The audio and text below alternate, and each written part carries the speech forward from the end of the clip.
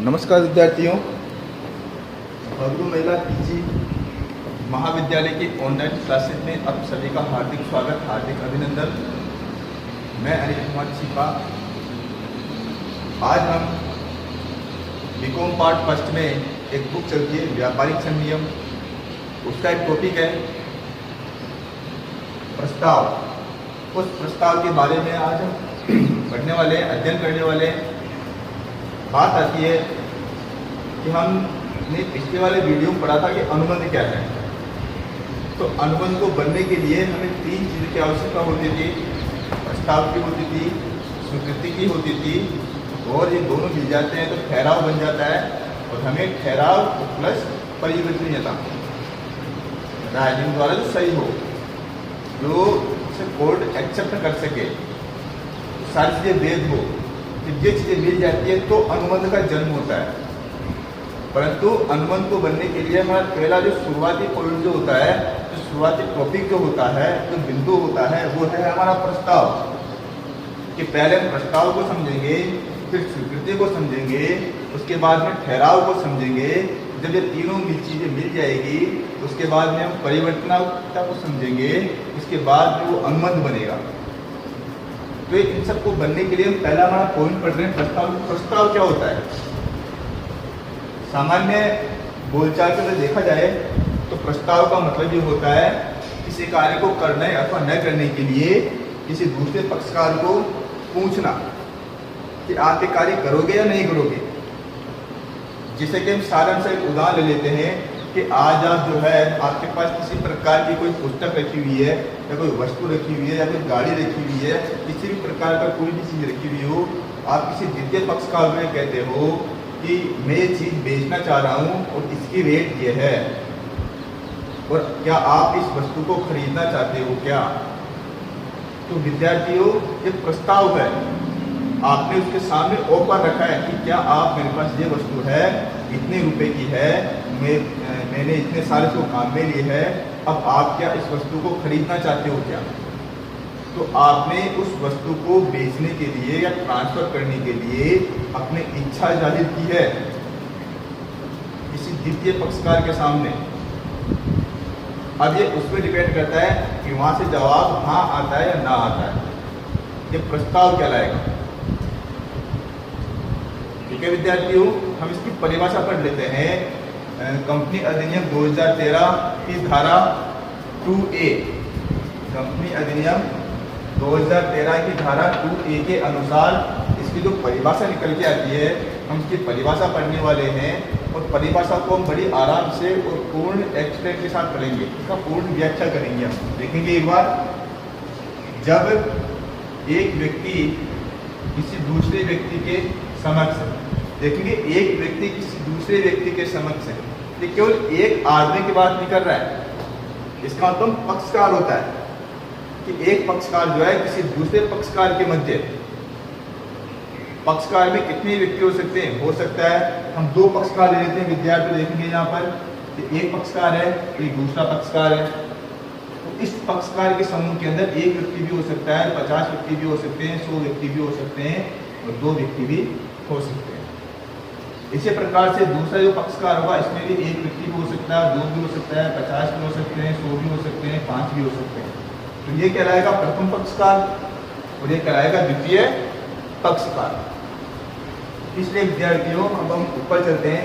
जब एक व्यक्ति किसी दूसरे व्यक्ति के साथ, किसी दूसरे व्यक्ति के समक्ष अर्थात उसके सामने, जब एक व्यक्ति किसी दूसरे व्यक्ति के सामने अपनी इच्छा, अपनी जो इच्छा है किसी कार्य को करने अथवा नहीं करने के लिए, अर्थात वो किसी कार्य को करने के लिए भी कह सकता है और किसी कार्य को नहीं करने के लिए भी कह सकता है। तो किसी कार्य को करने अथवा न करने के लिए इस उद्देश्य से प्रकट करता है, अर्थात वो अपनी इच्छा को किसी कार्य को करने अथवा न करने के लिए किसी अन्य पक्षकार के सामने प्रकट करता है कि दूसरे व्यक्ति की सम्मति उस कार्य को करने अथवा न करने के संबंध में प्राप्त हो जाए। अर्थात वो व्यक्ति ये जानना चाह रहा है कि जो व्यक्ति प्रस्ताव कर रहा है, प्रथम पक्षकार जो व्यक्ति जो है, प्रथम पक्षकार वो प्रस्ताव कर रहा है कि आप इस कार्य को करना चाहते हो अथवा नहीं करना चाहते हो। ये प्रस्ताव हो गया है, वो हाँ करेगा ना करेगा वो बाद की बात है, वो बाद की बात है। पहले केवल हम उसको पूछ रहे हैं कि आप जो मेरी कार है या मेरी पुस्तक है या अन्य कोई वस्तु है, आप उसे खरीदना चाहते हो या नहीं खरीदना चाहते। बस केवल यहाँ तक कि हमारा प्रस्ताव खत्म हो जाता है। अब उसकी इच्छा पे डिपेंड करता है कि उसे स्वीकार करता है या अस्वीकार करता है, वो अलग विषय चालू हो जाता है वहाँ से। हम केवल प्रस्ताव कर रहे हैं। हालांकि विद्यार्थी सच है कि प्रस्ताव का अंतिम जो लक्ष्य होता है, प्रस्ताव हम करते क्यों हैं, ताकि हम दूसरे व्यक्ति की सम्मति प्राप्त कर सकें, दूसरे पक्षकार की जो हामी होती है, जो हाँ होती है, वो प्राप्त कर सकें। तो उस प्रस्ताव का तब मतलब होता है, अन्यथा उस प्रस्ताव में कोई मतलब नहीं रह जाता। कैसे? जैसे मैं कह रहा हूँ कि आप मेरी पुस्तक खरीदना चाहते हो क्या? अब आपने कहा नहीं, तो प्रस्ताव वहीं खत्म हो गया। परंतु आपने कह दिया है कि ठीक है सर, हम आपकी ये पुस्तक जो है खरीदना चाहते हैं, तो प्रस्ताव थोड़ा आगे बढ़ गया है। तो प्रस्ताव का जो लक्ष्य होता है वो दूसरे पक्षकार की सम्मति प्राप्त करना होता है, उसकी हामी जो है वो प्राप्त करना होता है। ठीक है विद्यार्थियों, तो कहा जा सकता है कि उसने प्रस्ताव किया है। तब हम कह सकते हैं कि उसने प्रस्ताव किया है। इसने प्रथम पक्षकार ने प्रस्ताव किया है इसको द्वितीय पक्षकार को, फिर हम कह सकते हैं। ठीक है विद्यार्थियों, इतना आपको समझ में आ गया होगा। मैं आगे आपको और इस पूरी परिभाषा को पढ़ के सुना देता हूँ, ताकि आपको बोर्ड पे दिखाई भी ना दे, विद्यार्थी इसको अपने हिसाब से लिख सको। तो विद्यार्थी आप नोट कर सकते हैं, कंपनी अधिनियम की धारा 2A के अनुसार जब एक व्यक्ति किसी दूसरे व्यक्ति के समक्ष अपनी इच्छा किसी कार्य को करने अथवा नहीं करने के लिए इस उद्देश्य से प्रकट करता है कि दूसरे व्यक्ति की सम्मति उस कार्य को करने अथवा न करने के संबंध में प्राप्त हो जाए, तो ये कहा जा सकता है कि उसने प्रस्ताव किया है। ठीक है विद्यार्थियों, मैंने दोबारा इसलिए बोला है ताकि आप इसे लिख लें और उसको अच्छे तरह से समझें।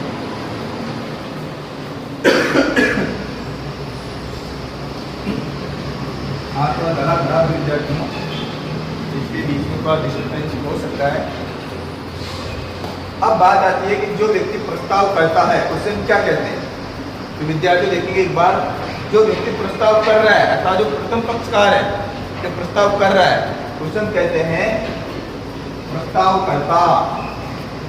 उसे हम क्या कहेंगे? प्रस्तावकर्ता। अगर आप प्रस्तावकर्ता को भूल जाते हो, अगर प्रस्तावकर्ता को भूल जाते हो, तो आप उसकी जगह प्रस्तावक भी लिख सकते हो। अर्थात प्रस्तावकर्ता जो व्यक्ति होता है, जो व्यक्ति जो है प्रस्ताव कर रहा है, उसे हम प्रस्तावकर्ता भी कहते हैं, उसे हम प्रस्तावक भी कहते हैं, उसे हम वचनदाता भी कहते हैं। तो एग्जाम में आपको ये ध्यान रखना है कि आपको आप प्रस्ताव की जगह जो व्यक्ति का नाम लिखा हुआ आएगा, वो प्रस्तावकर्ता भी आ सकता है, वो प्रस्तावक भी आ सकता है, वो वचनदाता भी आ सकता है। अधिकतर एग्जाम में देखा गया है कि वचनदाता जो शब्द है, इसका उपयोग ज़्यादा किया जाता है, अत्यधिक मात्रा में किया जाता है। तो विद्यार्थियों, वचनदाता है, इसको याद रखना। वचनदाता का मतलब ही प्रस्तावकर्ता या प्रस्तावक होता है। ठीक है विद्यार्थियों, आगे हम चलते हैं,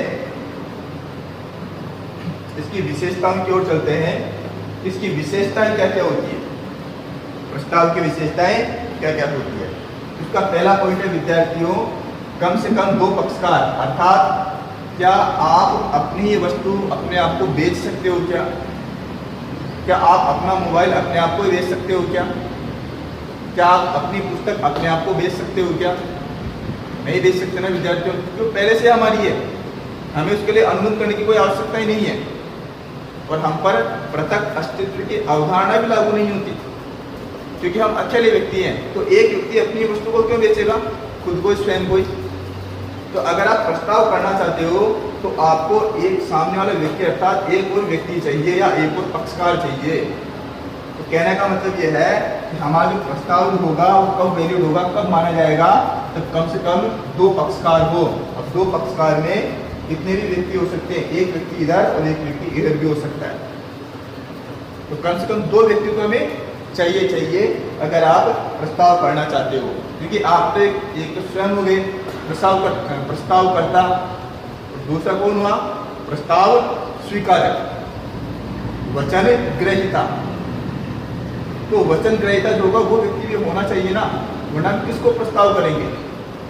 इसलिए हमें कम से कम प्रस्ताव के अंतर्गत 2 व्यक्तियों की आवश्यकता या 2 पक्षकारों की आवश्यकता होती है। आगे देखते हैं, दूसरा पॉइंट हमारा किसी कार्य को करने या न करने के लिए। विद्यार्थी देखेंगे एक बार प्रस्ताव में ये पॉइंट सबसे इंपॉर्टेंट पॉइंट है, किसी कार्य को करने। जैसे मैंने आपको ये कहा है कि आप जो है मेरी पुस्तक खरीदना चाहते हो क्या, उस पुस्तक को खरीदने के लिए अर्थात पॉजिटिव, किसी पुस्तक को खरीदने के लिए मैं आपको प्रस्ताव कर रहा हूँ। लेकिन कभी कभी हम ये कहते हैं कि आप अगर ऐसा काम नहीं करोगे तो मैं आपको इतनी धनराशि दूंगा, अर्थात नेगेटिव हो गया। किसी कार्य को न करने के लिए, किसी कार्य को नहीं करने के लिए एक नेगेटिव प्रस्ताव हो गया, लेकिन ये प्रस्ताव वैध माना जाएगा अगर ये वैधानिक रूप से सही है तो। ठीक है विद्यार्थियों, हम किसी कार्य को करने के लिए भी प्रस्ताव कर सकते हैं और किसी कार्य को न करने के लिए भी प्रस्ताव कर सकते हैं। जैसे कि हम ये कह सकते हैं, अगर आप मेरी कंपनी को अगर किसी प्रकार का नुकसान नहीं पहुंचाते हैं तो मैं आपको 50 लाख रुपए दूंगा। तो किसी कार्य को नहीं करने के लिए भी हमने प्रस्ताव किया है, तो ये भी प्रस्ताव वैध प्रस्ताव की उसमें आ जाएगा। लेकिन शर्त ऐसी होनी चाहिए कि वो प्रस्ताव जो है कानून की नजरों में सही होना चाहिए। कानून की नजरों में गलत हुआ तो फिर समस्या उत्पन्न हो जाएगी विद्यार्थी। तो किसी कार्य को करने अथवा न करने के लिए, दोनों के लिए हम प्रस्ताव कर सकते हैं विद्यार्थी। तो आपको इस समझ में आ गया होगा। अगला विद्यार्थी हमारे पास तीसरा पॉइंट है हमारे पास दूसरे पक्षकार की सम्मति प्राप्त करना। जैसे कि हम पहले पढ़ चुके हैं कि हम प्रस्ताव करते क्यों हैं।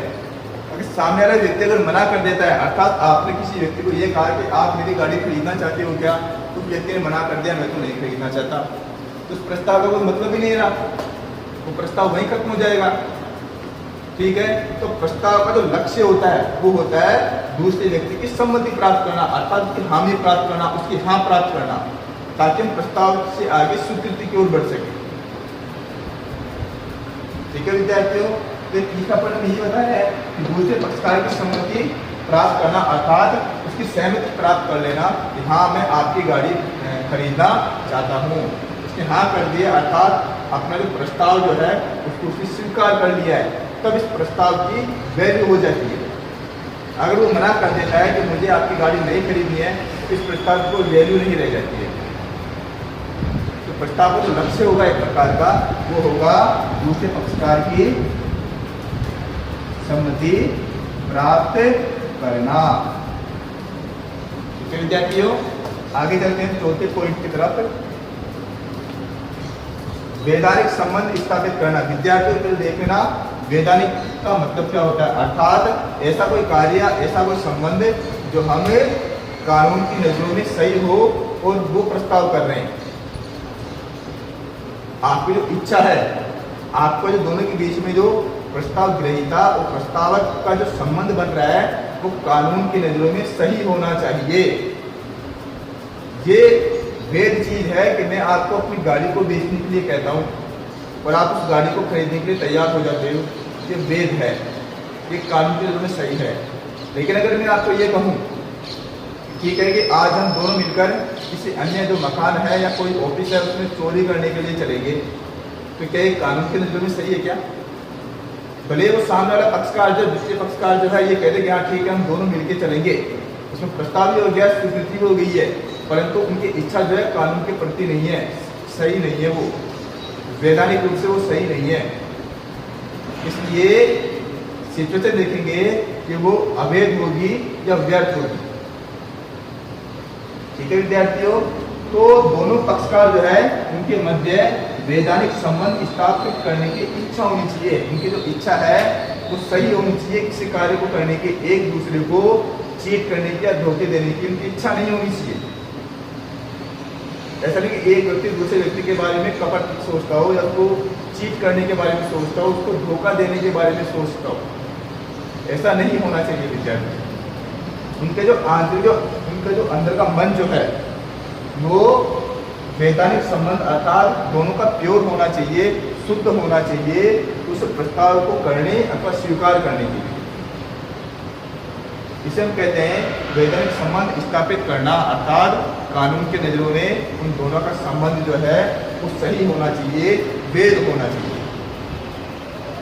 अगर हमारा पांचवा पॉइंट आता है विद्यार्थियों, प्रस्ताव का संवहन। प्रस्ताव का संवहन क्या होता है विद्यार्थियों? प्रस्ताव का संवहन का मतलब ये होता है कि जिस व्यक्ति को अर्थात प्रथम पक्षकार जो होगा उसी द्वितीय पक्षकार को किसी वस्तु को बेचने या न बेचने के लिए या किसी कार्य को करने अथवा न करने के लिए कहता है, तो सामने वाले व्यक्ति जो है वो उसे उसी रूप में समझे, वो गलत रूप में ना समझे उसे। अगर वो गलत रूप में समझ जाता है फिर वो हाँ कर देता है तो ऐसा प्रस्ताव जो होगा वो व्यर्थ माना जाएगा। कैसे होगा विद्यार्थी? देखो, मेरे पास दो गाड़ियां हैं, एक मान लो अल्टो गाड़ी है और एक मान लो आप वैगनर गाड़ी है। मैं अपनी अल्टो गाड़ी को बेचने के लिए किसी अन्य व्यक्ति के पास जाता हूँ और उसे कहता हूँ क्या आप मेरी गाड़ी खरीदना चाहते हो क्या? अब मैं अल्टो गाड़ी बेचना चाह रहा हूँ, उसने समझ लिया वैगनर के लिए, वो कहता ठीक है मैं आपकी गाड़ी खरीदना चाहता हूँ। अब उसके मन में था वैगनर गाड़ी के लिए और मैं चाहता हूँ अल्टो के लिए, अल्टो को बेचना चाह रहा हूँ। तो यहाँ पर जो मैंने कहा, जो मेरी इच्छा थी, तो पूरी इच्छा उन्होंने सुनी क्या? जब मैंने यह कहा कि मैं अल्टो गाड़ी बेचना चाहता हूँ, लेकिन उन्होंने जल्दी जल्दी मुझे सुन लिया हो कि मैं वैगनर गाड़ी के बारे में सुन लिया हो कि मैं वैगनर बेचना चाहता हूँ। तो ऐसी स्थिति के अंदर जो मैंने कहा, जो मेरे मन में था, वो बात मैंने उसके सामने रखी, द्वितीय पक्षकार के सामने रखी, परंतु उन्होंने वो सही रूप से नहीं सुनी या सही रूप से नहीं समझी, फिर उन्होंने हाँ कर दी, तो ऐसा जो प्रस्ताव होगा वो व्यर्थ हो जाएगा। तो प्रस्ताव का सबसे पहला बिंदु जो होगा, मुख्य बिंदु जो होगा वो यही होता है प्रस्ताव का संवहन। संवहन का मतलब होता है सही रूप से उसको सुनना और समझ लेना। तो जो हम प्रस्ताव कर रहे हैं उसको सही रूप से पहले सुनना है, उसको समझना है और लिखित में हो तो उसको पढ़ना है, उसके बाद में उसको स्वीकार करना है। मैं क्या कह रहा हूँ, आप क्या कह रहे हो, मैं क्या कह रहा हूँ, आप सुन क्या रहे हो, तो ये प्रस्ताव नहीं माना जाएगा, भले आप हाँ कर दो। आगे जाके समस्या आ गई तो व्यर्थ प्रस्ताव हो जाएगा और किसी को हानि हो गई तो आपको ना उसका हर्जाना देना पड़ जाएगा। इसलिए जब भी कोई प्रस्ताव होता है, जब भी कोई स्वीकृति होती है, उसे हमें अच्छे तरह से समझ लेना चाहिए, उसको सुन लेना चाहिए, उसको पढ़ लेना चाहिए, उसके बाद नहीं हमें आगे बढ़ना चाहिए। तो यही कहलाता है हमारा प्रस्ताव का संवहन। ठीक है विद्यार्थियों, इसका हम एक और उदाहरण ले लेते हैं प्रस्ताव का संवहन का।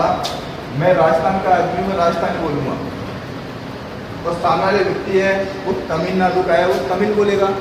मैं राजस्थानी में किसी वस्तु को बेचने का प्रस्ताव कर रहा हूँ, उस व्यक्ति को राजस्थानी नहीं आती है, वो तमिल समझता है, फिर वो कहता है कि हाँ ठीक है मैं आपकी वस्तु खरीदना चाहता हूँ। तो क्या वो मेरी बात को पूर्ण रूप से सुन पाया क्या? क्या वो समझ पाया क्या? क्या वो पढ़ पाया क्या? यदि उसने हाँ कर दिया है तो अर्थात ये प्रस्ताव का संवहन नहीं माना जाएगा, क्योंकि मैंने तो प्रस्ताव किया है परंतु उस व्यक्ति ने उसे सही रूप से नहीं समझा है, नहीं सुना है। अगर वो सही रूप से सुन लेता, समझ लेता और फिर इसके बाद में हाँ या ना करता तो प्रस्ताव की वैल्यू हो जाती। परंतु यहाँ पर उसने सही रूप से नहीं समझा है और ना ही उससे सही रूप से उसने वो मेरी भाषा को समझ पाया है, उसके बाद में वो हाँ कर रहा है, तो ये प्रस्ताव व्यर्थ हो जाएगा। इसलिए आप जब भी किसी प्रस्ताव करते हो तो प्रस्ताव का संवहन अर्थात सही रूप से उसको सुनना, समझना या पढ़ना, पूरी जानकारी लेना, उसके बाद में स्वीकृति देना, ये कहलाता है प्रस्ताव का संवहन। ठीक है विद्यार्थियों, आज हम इतना पढ़ेंगे इस टॉपिक के अंदर। अगले टॉपिक में इसी के बारे में पढ़ेंगे, लेकिन थोड़ा विस्तृत रूप पढ़ेंगे, इसके प्रकारों के बारे में पढ़ेंगे। ठीक है विद्यार्थियों।